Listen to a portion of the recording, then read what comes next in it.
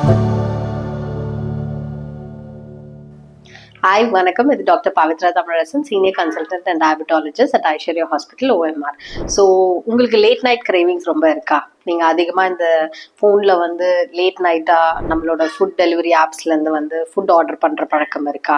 அடிக்கடிக்கு உங்களுக்கு biryani late night சாப்பிட்ணும், இல்லாட்டி அதிகமாக மோமோ சாப்பிட்ணும், இல்லை ஐஸ்கிரீம் சாப்பிட்ணும் அப்படின்னு ஏதாவது கிரேவிங்ஸ் இருக்கா நைட்டில்?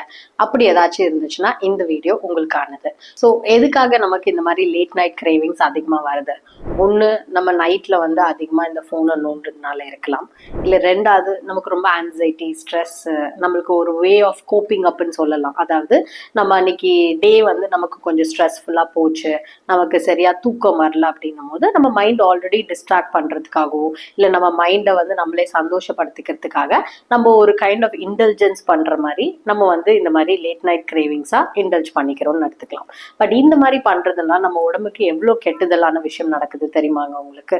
ஸோ ஃபர்ஸ்ட் பார்த்தீங்கன்னா, இந்த மாதிரி லேட் நைட் கிரேவிங்ஸ் சாப்பிட்றதுனால அடுத்த நாள் மார்னிங் நமக்கு கண்டிப்பாக வந்து இன்டைஜஷன் ப்ராப்ளம் அதிகமாக இருக்கும். ஏன் அடுத்த நாள் அன்னைக்கு நைட்டே உங்களுக்கு வந்து இந்த மாதிரி பிஞ்ச் ஈட்டிங் சாப்பிட்றதுனால, ஓவரால் லேட் நைட் சாப்பிட்றதுனால நமக்கு வந்து இன்டைஜஷன் ப்ராப்ளம் நடக்கலாம். இதனால உங்களுக்கு வந்து gastritis, ulcer problem, acid reflux இந்த மாதிரியெல்லாம் ப்ராப்ளம் வர்றதுக்கு சான்சஸ் ரொம்பவே இருக்கு. ஸோ இது தவிர நமக்கு ஹார்மோனல் இம்பேலன்ஸ்னா அதாவது நமக்கு இந்த மாதிரி லேட் நைட் சாப்பிட்றதுனால நம்ம இன்சுலின் ரெசிஸ்டன்ஸ் மட்டும் ஆகாமல் நமக்கு தைராய்டு ஹார்மோன்ஸும் அதிகமாக பாதிப்பாகி நமக்கு ஒரு ஹார்மோனல் இம்பேலன்ஸ் வர்றதுக்கான அதிகமான சான்சஸ் இருக்கு. மூணாவது பார்த்தீங்கன்னா, இந்த மாதிரி லேட் நைட் சாப்பிட்றதுனால நம்ம சுகர் ஸ்பைக்ஸ் அதிகமாகுது.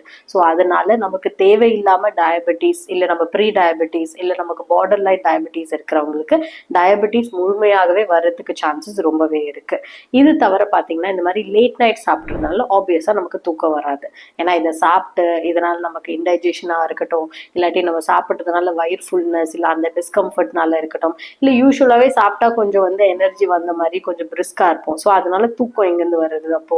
ஸோ இதனால உங்கள் லேட் நைட் கிரேவிங்ஸ்னால இவ்வளோ ப்ராப்ளம்ஸ் நமக்கு வரும்போது தயவு செஞ்சு முடிஞ்ச அளவுக்கு டைமுக்கு சாப்பிட பாருங்க. ஏர்லி டின்னர் முடிஞ்ச அளவுக்கு தூங்குறதுக்கு ஒரு 2 to 3 hours முன்னாடியே நீங்கள் சாப்பாட்டை நிப்பாட்டு பாருங்க.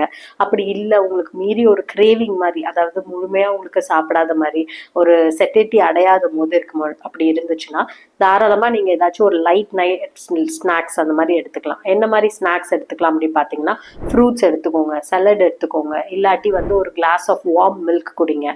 இது எல்லாமே ஒரு லைட் ஸ்நாக் மாதிரி தாங்க. ஸோ உங்களுக்கு அந்த கிரேவிங்ஸு அதிகமாக உங்களுக்கு பசி இல்லாமல் இருக்கிறது அந்த மாதிரி ஒரு ப்ராப்ளம் வரும்போது இந்த மாதிரி எடுத்துக்கிட்டிங்கன்னா அட்லீஸ்ட் உங்கள் கிரேவிங்கை நீங்கள் கொஞ்ச நேரத்துக்கு சமாளிக்கலாம். But stay safe, stay healthy and eat wisely. Take care. Thank you.